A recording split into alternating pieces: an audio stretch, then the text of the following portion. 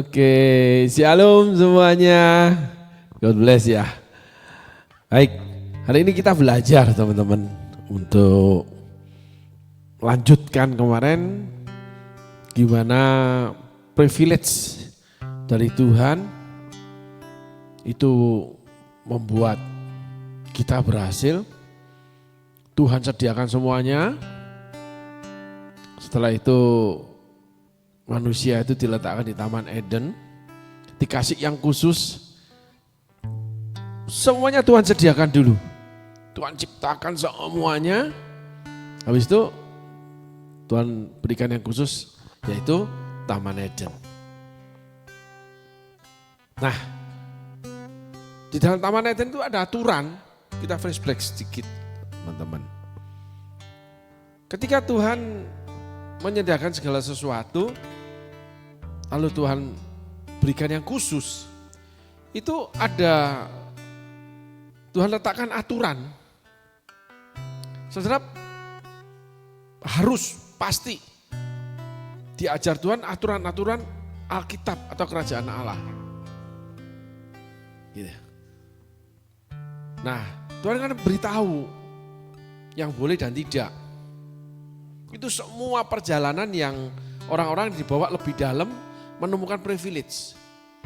Ada orang-orang yang memang ketika bertemu Yesus lahir baru atau mendapat hadirat Tuhan pertama kali, ya breakthrough dan sebagainya, itu akan menemukan segala sesuatu Tuhan sediakan. Ya. Lalu terus bertumbuh pada satu titik. Orang ini akan menemukan, mendapatkan dirinya, mendapatkan privilege. Gitu. Setelah itu proses semua selesai.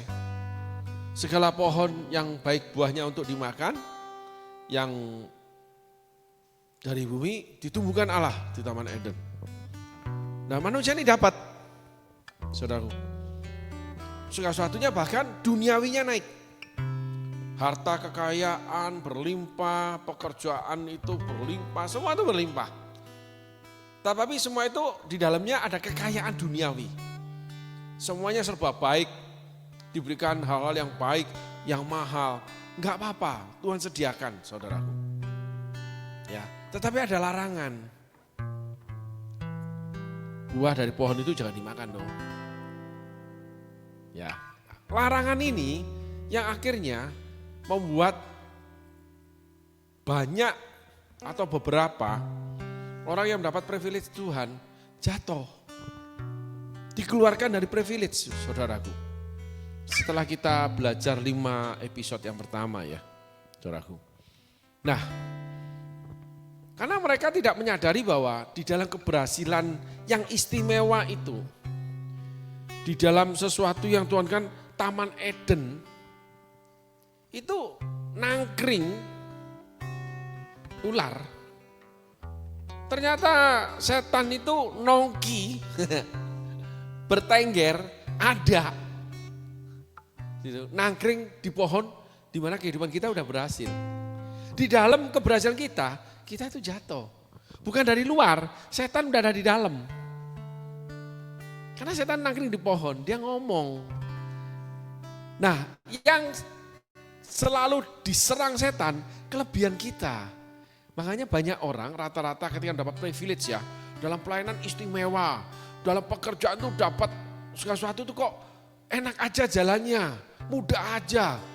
Segala sesuatu pokoknya kayak jalan tol, gak ada halangan. Gitu. Berdoa dijawab, beriman terjadi. Sesuatunya kayak lebih dari orang lain dan memiliki sebuah kelebihan yang terjaga banget dari Tuhan. Sebagai contoh, banyak orang bicara, saya juga nggak tahu kenapa bisa begini. Saya juga nggak tahu kenapa kok Tuhan bekerja dengan cara ini.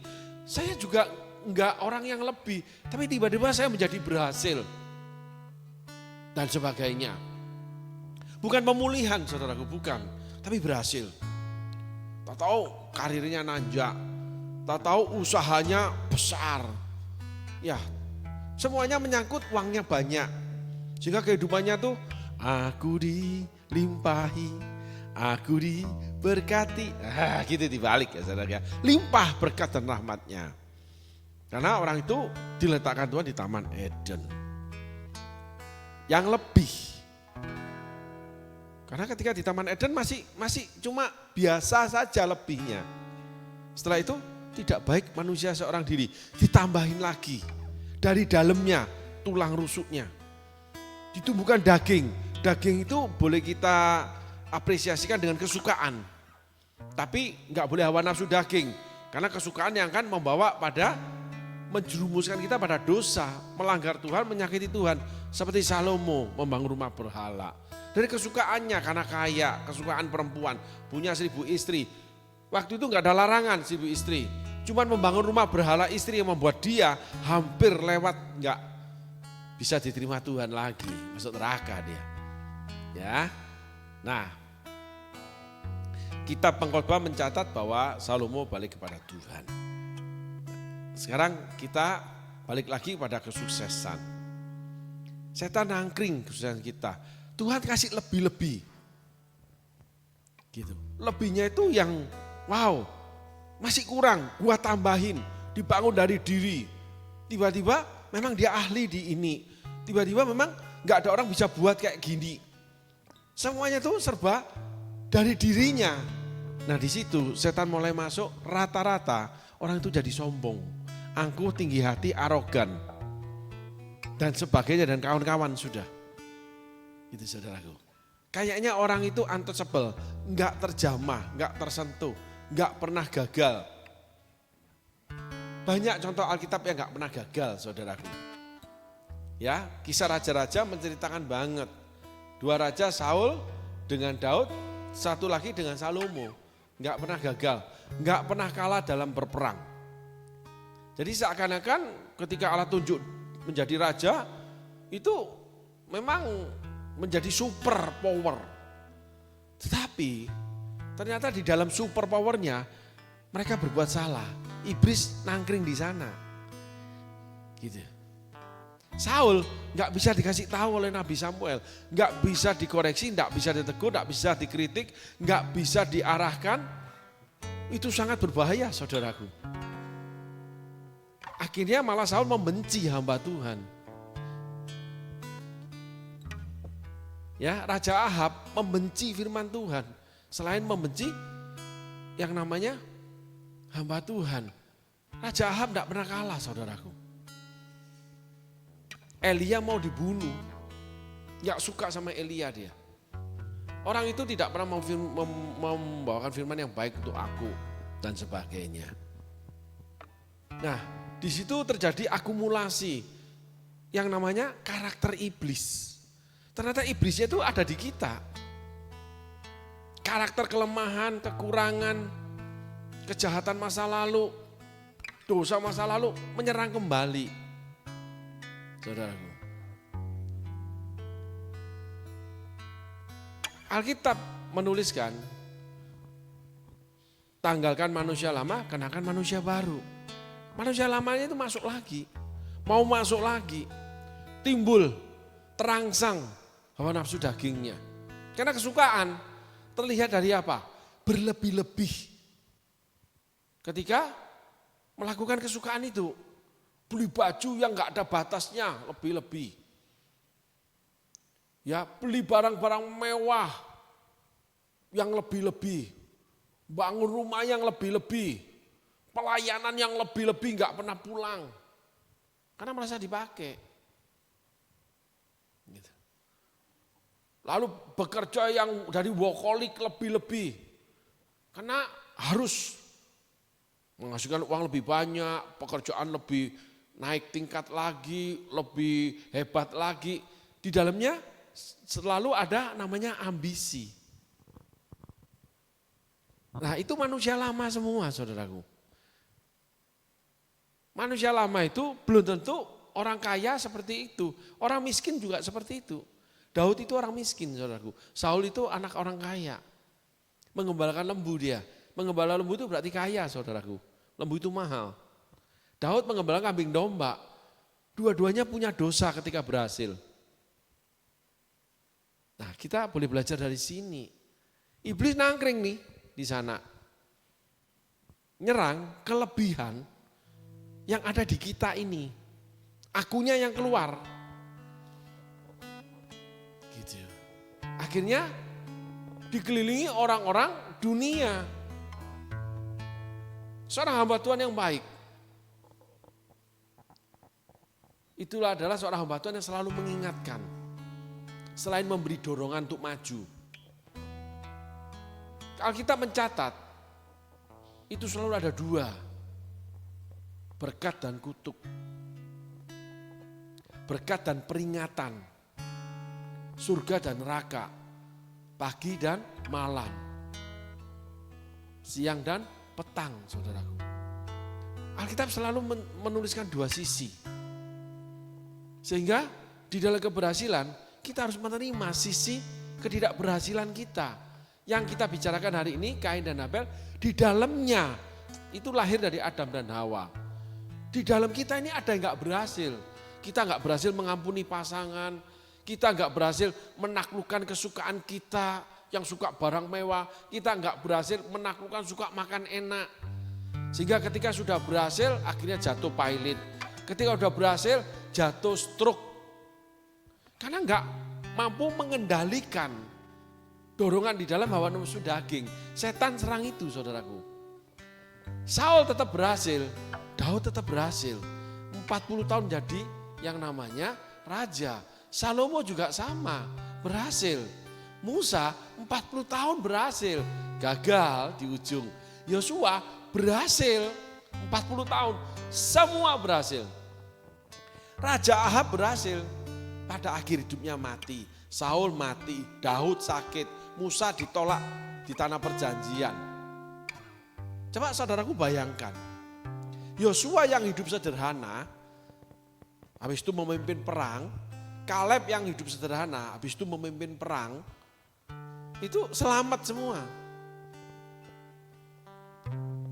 Cuman ada satu kalau Yosua, keangkuhan dia. Kami dan seisi rumah kami akan menyembah Tuhan. Terserah kamu deh. Ketika tidak pedulian Yosua terhadap rohani orang lain. Bagaimana menyembah Tuhan. Catatan merah itu Yosua. Tetapi beberapa tokoh ini gagal. Karena apa? Karena yang di dalam dia. Termasuk namanya Abraham. Saya diajar Tuhan perkara tokoh-tokoh ini khusus, saudaraku. Abraham juga sama. Melahirkan dosa yang kekal. Yang namanya dia melahirkan anak, gak sabar nunggu anak perjanjian. Kain juga sama. Setelah Adam dan Hawa diusir, mereka melahirkan Kain. Nah, karakter jahat mulai timbul. Karakter pelanggaran pertama kali Adam dan Hawa. Selanjutnya keluar karakter jahat saudara.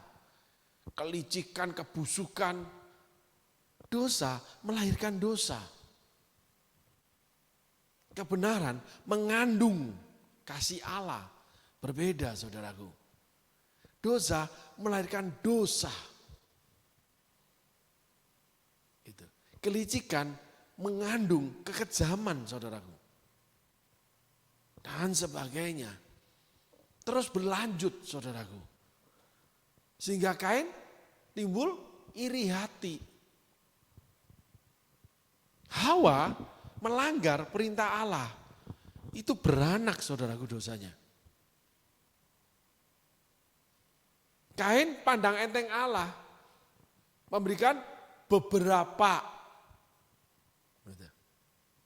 dari hasil pekerjaannya. Habel yang sulung, yang terbaik. Jadi yang pertama, saudara perhatikan kelakuan saudara. Semakin jahat, semakin buruk, semakin tidak alkitabiah, setiap orang kan rasakan kok. Contoh, tadinya disiplin berdoa, tadinya disiplin bekerja, disiplin ibadah, disiplin pelayanan. Passionnya, biarlah rohmu menyala-nyala, semuanya semangat. Selanjutnya, yang kepada Tuhan yang gak semangat. Selanjutnya, enggak disiplin yang kepada Tuhan. Kain tetap kerja semangat, Daud tetap semangat sebagai raja. Saul, Salomo, Abraham, Musa, semuanya semangat. Termasuk Ahab. Semangat berperang. Wah, meluaskan kerajaan, semua semangat. Tapi kepada Tuhannya yang enggak semangat atau enggak mau. Nah, ini bedanya saudaraku. Banyak anak-anak Tuhan yang awalnya cinta Tuhan, yang bergelora passion cintanya kepada Tuhan, bergairah kepada Tuhan, setelah berhasil gairahnya kepada Tuhan yang turun, habis, selesai. Jadi mereka lambat laun mengurangi ibadah karena pekerjaan. Lambat laun mengurangi persembahan karena pekerjaan. Ada hutang piutang. Lambat laun mengurangi pelayanan karena kesibukan bekerja. Sampai akhirnya titik zero. Kalau Tuhan itu tegas saudaraku. Ya atau tidak, enggak ada abu-abu. Ya Tuhan itu selalu ya atau tidak. Kalau iblis selalu menyimpangkan. Bukan ya atau tidak. Dia selalu membuat saudara ragu-ragu atau bimbang. Garis bawah ini saudara. Kalau Tuhan enggak, maukah kau melayani aku? Maukah kau jadi hambaku? Tuhan selalu itu tegak berdiri. Cut itu potong, selesai. Kalau iblis enggak, tarik ulur. Enggak apa-apa, sebenarnya itu gini. Nah, orang-orang yang Kristen, kalau dia berpatok seperti itu rata-rata kecampur dengan paham dunia. Alkitabnya itu sudah terkurangi banyak. Enggak apa-apa, tapi sebenarnya yang dosa awal itu adalah alasan. Setelah tergoda oleh iblis memakan buah terlarang, Adam dan Hawa ditanya Allah, selalu enggak langsung potong, tegak lurus, enggak ya atau tidak. Apakah kamu makan buah terlarang itu? Muter perempuan yang kamu beri. Nyalahin Tuhan. Jadi orang yang akibat dosa yang pertama, jarinya selalu nunjuk orang. Berarti ada perbuatan yang tidak baik. Seperti ayat, tolong ditampilkan ayat itu. Sebelumnya ayat 7. Apakah mukamu tidak akan berseri jika engkau berbuat baik, tetapi jika engkau tidak berbuat baik, garis bawahi, dosa sudah mengintip depan pintu, ia sangat menggoda engkau tetapi engkau harus berkuasa atasnya. Ayat 8, Kain gagal. Jadi ditulis bahwa kita harus berbuat baik supaya dosa gak ngintip depan pintu. Jadi kalau terus tergoda, saudara terus melakukannya, berarti ada perbuatan tidak baik saudara. Dosa seksual mungkin terhadap pasangan saudara. Dosa keuangan mungkin terhadap seseorang, terhadap orang lain atau terhadap persembahan saudara kepada Tuhan. Membuat saudara terjerumus turun ke lembah dosa. Terus kepleset di sana. Karena itu menggoda. Saudara kan kalah terus. Jadi yang pertama kali kisah Kain ini timbul yang namanya hati yang jahat. Yang diawali iri hati. Selalu ada hubungannya dengan Tuhan. Kalau dalam bisnis orang ini baik. Tapi kalau tentang masalah gereja, pelayanan, komunitas pelayanan, masalah hal menyangkut rohani, orang ini jadi jahat loh. Banyak orang begitu saudaraku. Di gereja itu waduh. Tapi di dunia bisnis dia itu wah diakui orang baik, orang begini ramah, orangnya begini, orangnya rendah hati loh. Walaupun kita ini begini. Ada berbagai macam versi dosa. Ini salah satunya. Dosa Kain tentang Habel, tentang persembahannya kepada Tuhan. Sehingga hari ini kita belajar ketika kita mulai sembarangan sama Tuhan, ketika kita mulai dosa menyerbu kita mulai melakukan hal yang jahat, kepleset terus. Ada perbuatan yang tidak baik yang akan berlanjut. Kita akan menghancurkan kebenaran, kita akan fighting. Kita akan melawan terus kebenaran itu. Seperti Ahab melawan terus kebenaran. Sehingga Ahab gak dapat pengampunan. Hati-hati. Ahab matinya dijilat anjing. Masuk neraka dia. Termasuk istrinya, Isabel. Hati-hati pasangan yang jahat di gereja. Termasuk Saul. Mau bunuh Nabi Samuel. Hati-hati loh. Kamu kalau berbuat jahat terhadap hamba Tuhan. Mereka milik kepunyaan Tuhan, bukan mereka istimewa, tapi memang itu yang ditentukan Tuhan. Mereka biji matanya Allah. Kalau mereka benar, tidak benar pun kamu nggak boleh menjamah dia.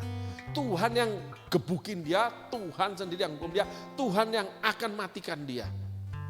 Karena itu tercatat di Alkitab. Jangan kau usik hambaku yang kuurapi, jangan berbuat jahat terhadap nabi-nabiku. Banyak sekali hamba Tuhan, nabi Tuhan yang juga masuk neraka, Tuhan yang masukin. Yang mendapat hukuman Tuhan yang hukum. Tidak usah khawatir. Tuhan itu adil, semua diperlakukan yang sama. Ya. Nah, kita kembali lagi nih. Nafsu jahat mulai nih. Terus akhirnya menguasai. Ayat selanjutnya.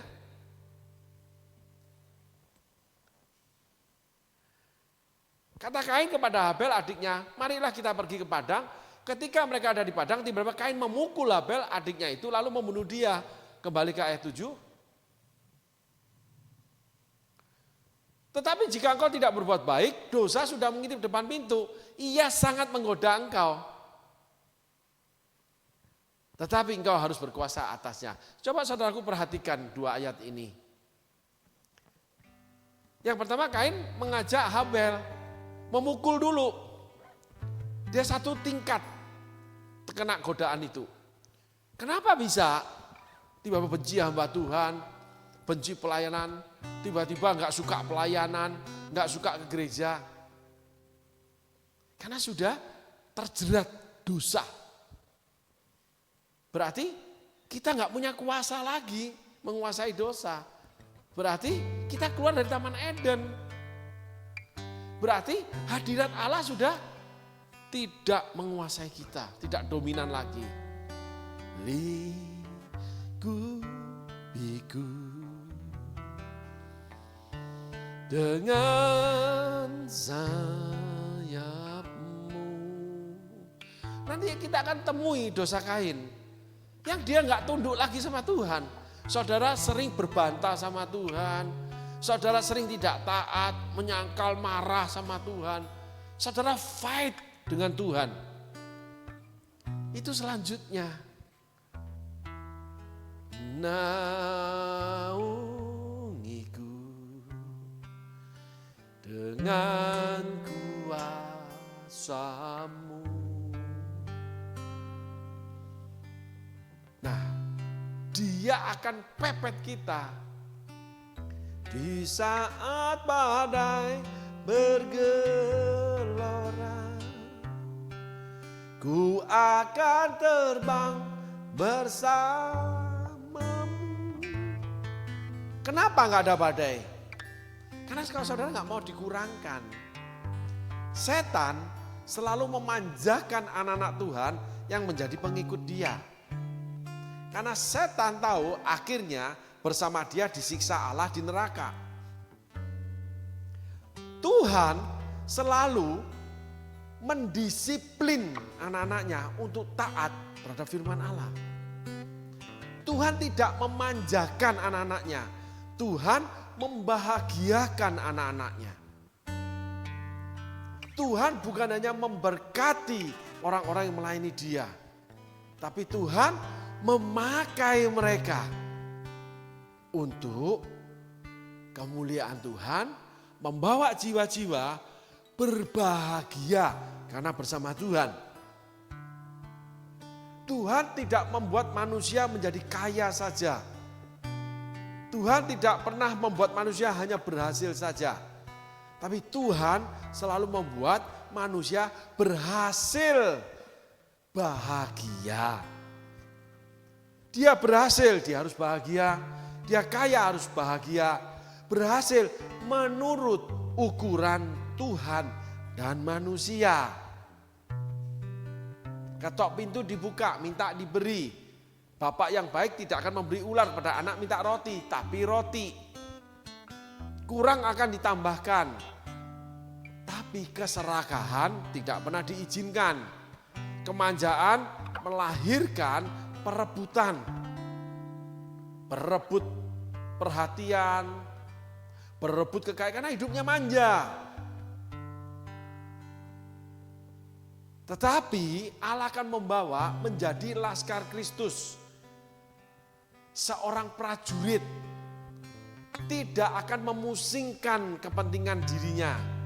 Tapi bagaimana dia berkenan pada Allah, ada ditulis di Alkitab. Rasul Paulus tulis itu. Tuhan akan bawa kita ke sana. Jadi dalam kekayaan kita, tetap kita ini memakai kekayaan kita, memanage dengan baik. Saudaraku, ini sekedar pengetahuan, seorang pemimpin aparat pemerintahan, baik itu sipil, baik itu militer, itu selalu punya kemampuan namanya mengelola keuangan di dalam bagian dia yang diserahkan oleh pemerintah. Contoh, seorang panglima, pangdam suatu daerah, dia akan menerima biaya untuk dikelola di wilayah dia dari Menteri Keuangan atau dari Kemenhan TNI, Kementerian Pertahanan, atau dari markas besar TNI. Saya nggak tahu sumber dari mana, tapi negara menyediakan keuangan yang harus dikelola tidak dipakai sendiri. Seorang panglima daerah militer, seorang pangdam akan diberikan upah oleh standar pemerintah sebagai panglima. Demikian juga gubernur mengelola APBD, dipakai membangun jalan, dipakai untuk rumah sakit, masyarakat, untuk sekolah-sekolah dan sebagainya. Sehingga Allah membawa orang-orang berhasil menjadi pemimpin di dunia sekuler, di dunia pelayanan, di dunia pemerintahan maupun swasta, sama. Pemimpin perusahaan, dia harus membagikan penghasilan perusahaan untuk upah para karyawan, para staf. Sebuah pelayanan yang dipimpin seorang pemimpin pelayanan, itu juga harus mengatur keuangan untuk membagikan keuangan itu biaya pelayanan, termasuk orang-orang yang harus dibantu. Upah untuk para pekerja pelayanan, membayar biaya-biaya listrik, sewa ini itu, beli ini itu dan sebagainya. Makanya setiap orang yang ikut Tuhan akan Tuhan buat berhasil bukan untuk dirinya. Dirinya cuman mendapat upah. Tetapi kalau yang namanya Kepala Bank Indonesia, kalau yang namanya Presiden, kalau namanya Menteri, kalau yang namanya Direktur Perusahaan Badan Usaha Milik Negara atau Direktur Bank swasta yang besar, upahnya itu besar karena yang dikelola itu usaha yang besar. Demikian juga para pemimpin pemerintahan, juga yang di dunia militer, negara menyediakan sama dengan kerajaan Allah. Tetapi bagi orang itu punya yang namanya tanggung jawab. Kalau haknya pasti dia terima. Itulah iman, saudaraku, di dalam melayani Tuhan. Sebenarnya sederhana sekali kalau kita rujuk ini ya. Sehingga setiap keberhasilan saudara, kepandaian, kekayaan, kekuasaan, kepemilikan apapun, saudara itu punya kewajiban. Termasuk saudara diberikan hak, dinamakan namanya fasilitas-fasilitas, bukan upah saja. Sehingga pemimpin umat yang besar diberikan fasilitas oleh kerajaan Allah. Dari pengurapan atau kuasa yang menyertainya, Kain kan ditinggalkan kuasa menyertainya sampai pada upah. Sehingga kita nggak usah iri hati dengan hamba-hamba Tuhan yang dipakai yang berhasil. Kalau semua menjadi panglima militer, siapa yang jadi koki? Karena tentara itu juga butuh juru masak, butuh makan. Tentara butuh dokter, butuh perawat. Sehingga di dalam dunia ketentaraan, dunia militer itu lengkap kebutuhan seorang anak manusia. Bukan hanya kebutuhan perang. Demikian juga di dalam kerajaan Allah bagi mereka yang melayani Allah. Nah, seorang dokter, dia sekolah kedokteran, lalu dia mendaftar di akademi militer atau dia menjadi militer, ada di tentara Indonesia jabatan yang langsung diterima ketika tentara membutuhkan yang namanya dokter, dibukalah sehingga pada memasukkan aplikasi apply untuk menjadi seorang dokter di tentara Indonesia, di TNI. Mereka punya jabatan, diberikan jabatan, tapi tanpa komando, tanpa kuasa mengendalikan prajurit, tidak. Menjadi staf tentara di bidang kesehatan, itu ada dokter semua, ada perawat. Lalu di bidang mesin, mereka tentara, tapi ada yang dari sekolah sekuler, insinyur, teknisi. Negara itu butuh itu. Kerajaan Allah itu butuh itu. Di bumi itu hukum yang sama semuanya. Tapi pengendalinya kerajaan Allah. Ya, Roh Kudus sediakan itu semua. Sehingga kepandaian yang kita miliki, keberhasilan yang kita miliki, itu pasti dipakai oleh Tuhan. Jadi semuanya enggak harus memegang senjata bertempur. Tapi ada yang namanya garis belakang. Bagian koki, bagian engineering, bagian kesehatan, bagian logistik, penyediaan senjata, bagian perawatan logistik, penyediaan sayur mayur, daging makanan yang harus disimpan, dimasak, dihidangkan. Karena tentara nggak mungkin nggak makan. Nah, semua itu rapi tersusun, namanya kekayaan tubuh Kristus. Sehingga di dalam kerajaan Allah tidak ada perbedaan kekayaan dan keberhasilan dengan yang lain. Semua diberikan kekayaan kerajaan Allah, semua mestinya berhasil melakukan kehendak Tuhan. Itulah kekayaan dan keberhasilan. Kalau semua menjadi Rasul Paulus, nggak ada yang jadi Rasul Petrus. Nggak ada yang meneruskan pelayanan Tuhan Yesus. Semua menginjil. Kalau semua mau jadi seperti Petrus, Alkitab nggak bisa sampai ke kita, bangsa-bangsa yang lain. Bangsa-bangsa yang lain tidak menerima keselamatan. Itulah strategi pemikiran Kristus. Sehingga kita harus memahami ini. Biarkan persembahan diterima Tuhan. Biarkan orang lain berhasil dari kita. Biarkan kita dipimpin atau memimpin. Kalau semua memimpin, nggak ada yang dipimpin. Kalau semua minta dipimpin, ya nggak ada pemimpin.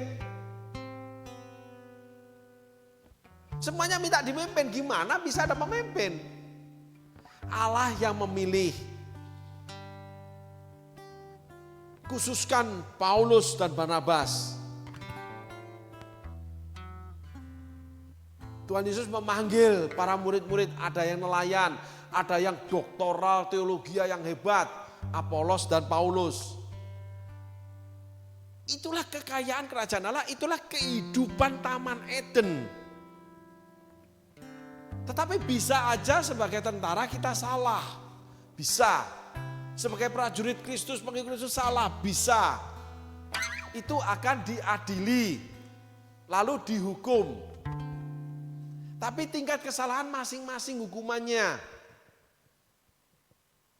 Sehingga Kain itu enggak dihukum mati saat itu. Saul tidak dihukum mati saat itu. Musa tidak dikatakan saat itu. Kebiasaan dia yang salah berbantah sama Tuhan. Dalam program konten yang lain saya sudah bicarakan itu, saudaraku. Nah, itulah kerajaan Allah yang harus kita pelajari. Ikut Tuhan itu bukan cuma bahasa lidah saja. Ikut Tuhan itu bukan cuma khotbah saja. Carilah kehendak Allah yang sempurna yang berkenan kepada Dia. Yang diawali kita sudah belajar bahwa Allah itu selalu menolong. Allah itu membuat kaya Adam dan Hawa. Lalu membuat mereka berhasil diambil dari dirinya. Salah pun ditolong. Semua Allah kerjakan. Salah, sebelum salah, itu udah kasih peringatan, itu Kain. Kamu harus berkuasa loh, kamu digoda setan. Kamu harus berbuat baik. Sehingga langkah selanjutnya, supaya kita tidak tercebur terlalu dalam, di dalam kesalahan kita, dosa melahirkan dosa, kita harus terima koreksi. Kita harus terima teguran. Kita harus berani melihat fakta bahwa kita gagal dalam hal-hal tertentu. Gagal mengelola keuangan, gagal mengelola rumah tangga, gagal hubungan dengan anak, gagal. Lalu kita belajar lagi memohon kepada Roh Kudus untuk dibawa. Karena Roh Kudus akan membawa kamu pada seluruh kebenaran itu. Alkitab mencatat itu. Dan Ia akan mengajarkan segala sesuatu. Nah, kita ngakui seperti Daud, Tuhan aku salah. Lalu kita mulai, Roh Kudus kirimkan guru-guru untuk mengajar. Karena memang kita kurang di sana, kita lemah. Maka enggak boleh pilih-pilih pengajaran. Enggak boleh pilih-pilih ayat firman Tuhan. Pilih-pilih pelayanan. Biarkan Tuhan yang bawa. Sehingga kekayaan tubuh Kristus kita miliki, saudaraku. Nah, itulah langkah-langkah bagaimana kita untuk yang pertama, kita itu menghindari dosa, kesalahan. Tapi kalau sudah berbuat salah, kita sadar dan belajar memperlengkapi diri. Di mana semuanya kita mulai melihat langkahnya di mana aku. Pertama tidak berbuat baik. Yang kedua pasti ada pelanggaran. Makan buah terlarang. Yang ketiga keberhasilanku ini sudah ada setannya.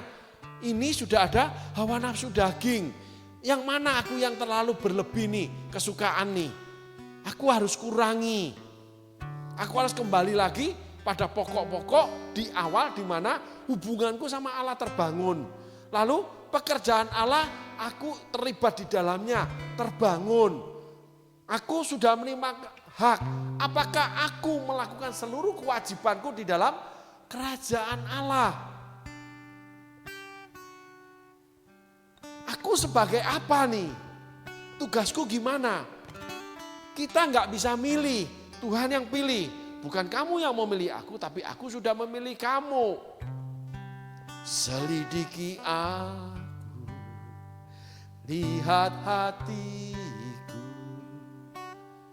Minta Roh Kudus selidiki, Tuhan ampuni saya.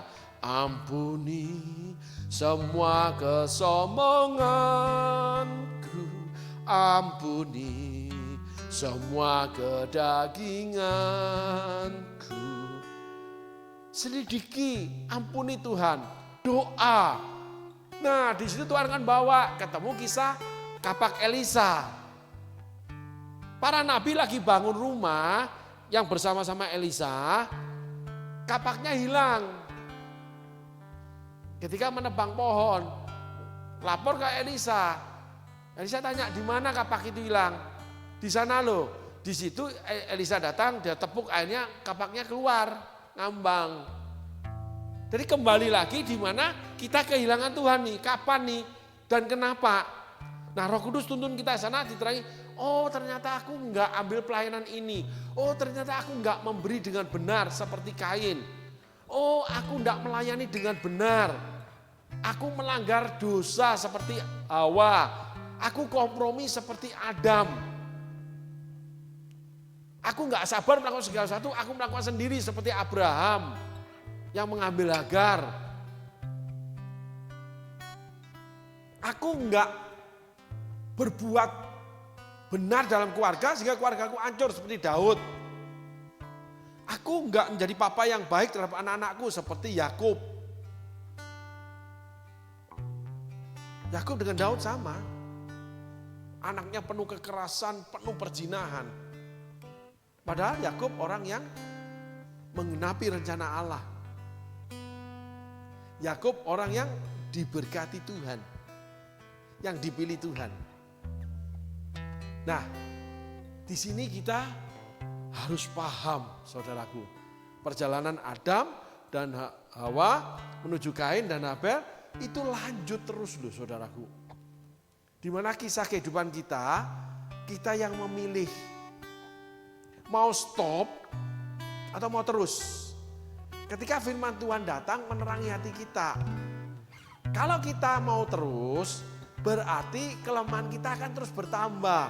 Akhirnya menjadi seperti Daud yang gemar pesta, dia sakit, di mana dia nggak ada selimut bisa menghangatkan badan dia, dicarilah manusia. Saul pada akhir hidupnya kalah dalam pertempuran, mati ususnya keluar. Yudas udah diberitahu, orang yang begini itu akan menyerahkan aku. Yudas lakukan apa di hatimu? Roh jahat menguasai Yudas, merasuki Yudas. Tetap uang nomor satu. Tetap masa depan nomor satu. Gak mau belajar percaya kepada Tuhan.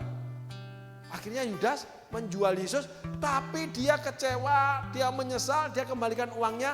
Tetap gak ada pertolongan Tuhan. Ya ini yang berbahaya. Kalau kamu mau terus.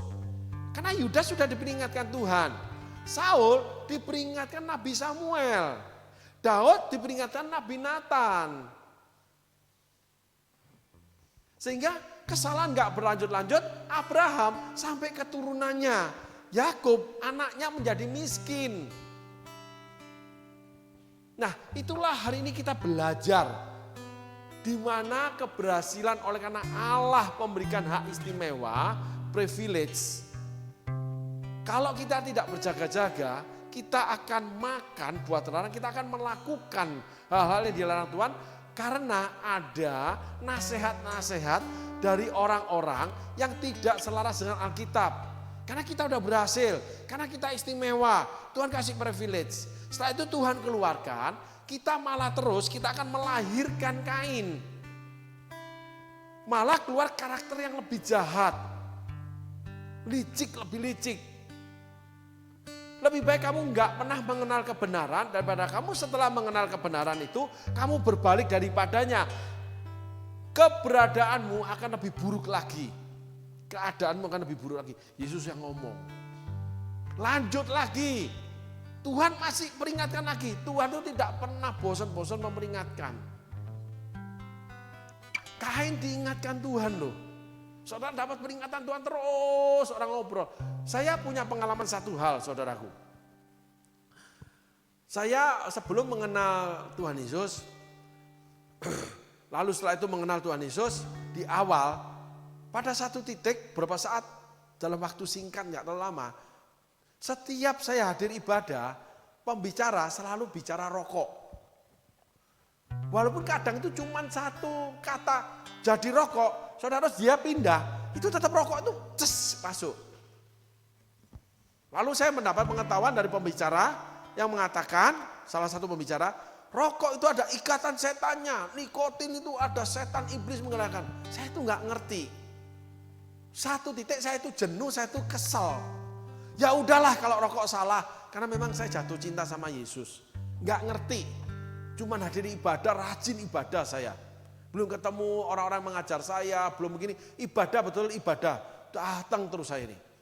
Belum ikut tertanam di sebuah gereja, belum. Saudaraku, belum bertumbuh. Jadi harus tertanam baru bertumbuh saudaraku. Saat itu saya terus itu. Nah Tuhan ngomong itu. Saya pulang, kesel, ada 3 batang rokok sisa. Ya, saya isap 1 sampai habis saya puas-puasin. Yang 2 saya tekuk-tekuk, saya patahkan, saya buang ke selokan. Saya cuma ngomong gini. Saya betul ngomong. Tuhan Yesus, kalau saya besok ngerokok lagi, pendetamu bohong. Saudara, kalau ngobrol sama Allah, kalau hubungan sama Tuhan, termasuk manusia, gak usah dibungkus-bungkus deh. Bungkus kata-kata yang baik, yang cuma yang namanya selimut. Gak usah berlaku pura-pura baik. Semuanya dibaik-baikin, tapi gak sesungguhnya yang ada di hatimu. Kalau Alkitab tulis, itu munafik. Hei orang-orang munafik, tidak tahukah kamu? Saudara sadar ini. Saat itu saya tuh gak ngerti apa-apa. Apa adanya baru bertobat. Kalau besok saya ngerokok lagi, berarti pendetamu bohong. Gak ada ikatan-ikatan yang namanya setan apa di dalam rokok. Ya besok ngerokok lagi. Setelah itu esok hari gak pingin rokok saudaraku. Gak pingin. Sebelum itu saya itu bisa gak ketemu apa aja, yang penting saya merokok. Aneh saudaraku. Setelah ikut Tuhan beda lagi. Nah besok lagi gak pengen rokok, tetapi ada di dalam ini pergumulan gak tahu apa. Gak enak banget, gak nyaman, karena nikotin itu kan membuat kita kecanduan saudaraku. Tapi saya gak ngerti, pokoknya gak enak aja. Nah anehnya setelah saya taat dengan khotbah-khotbah itu yang menegur, mengkoreksi, dalam waktu 6 bulan setiap pagi bangun tidur pasti saya batuk. Itu keluar dahak yang berwarna hitam. 6 bulan kurang lebihnya. Setelah itu bersih. Nah, saya nggak ngerti. Saya tahu batuk kok keluar hitam ya, keluar hitam. Beberapa tahun kemudian, entah saya mengalami apa, paru-paru saya di ronsen. Saya itu udah di ronsen, saya sudah mikir gini, udah nggak kelihatan deh. Ya wong saya itu dari SMP ngerokok sampai usia 30 tahun, 17 tahun ngerokok itu udah pasti udah lekat. Gitu loh. Pasti penuh nikotin, pasti nggak tergambar dengan baik paru-paru saya ini. Begitu keluar hasil ronsennya, fotonya, itu bersih loh saudaraku. Beri kemuliaan buat Tuhan saudaraku. Ketaatan membawa berkat, ketidaktaatan membawa hukuman. Nah, di sanalah terjadi namanya multiplikasi. Terus sampai hari ini saya ini menjadi hamba Tuhan. Yang pertama seingat saya lepaskan itu rokok. Lalu kejadian selanjutnya saudaraku. Nah itulah Tuhan. Kekudusan melahirkan kekudusan, kebenaran akan melahirkan kebenaran yang lebih lagi. Taat terhadap pimpinan Tuhan akan melahirkan hal-hal rohani yang lebih dalam lagi. Lebih masuk ke dalam pengertian tentang Kristus, lebih dalam mengenal hati Tuhan. Ketidaktaatan membuat kita semakin undur dari Tuhan. Termasuk kegiatan rohani, termasuk perilaku-perilaku rohani. Semuanya kepada Tuhannya. Seperti Kain memberikan cuman beberapa. Kalau Abel yang pertama keluar yang sulung. Lemak-lemaknya terbaik, yang enak dia makan dia kasih ke Tuhan. Yang pertama dia dapat dia kasih ke Tuhan. Nah sekarang kalau saudara pernah melakukan itu, lalu saudara menjadi berbeda hari ini, ingat tahapannya. Saudara pasti kehilangan privilege, saudara kehilangan Taman Eden, saudara pasti keberhasilan saudara berkomunikasi dengan hal-hal yang dari iblis. Di mana akhirnya kesukaan saudara, hawa nafsu daging, buah telarang, saudara nikmati. Membuat hati saudara menjadi kejam, licik. Lalu pribadi saudara itu menjadi orang yang tidak nyaman, membuat orang lain dan sebagainya. Sampai hari ini saudara akhirnya memukul orang lain. Selalu menjatuhkan orang lain, menyakiti orang lain.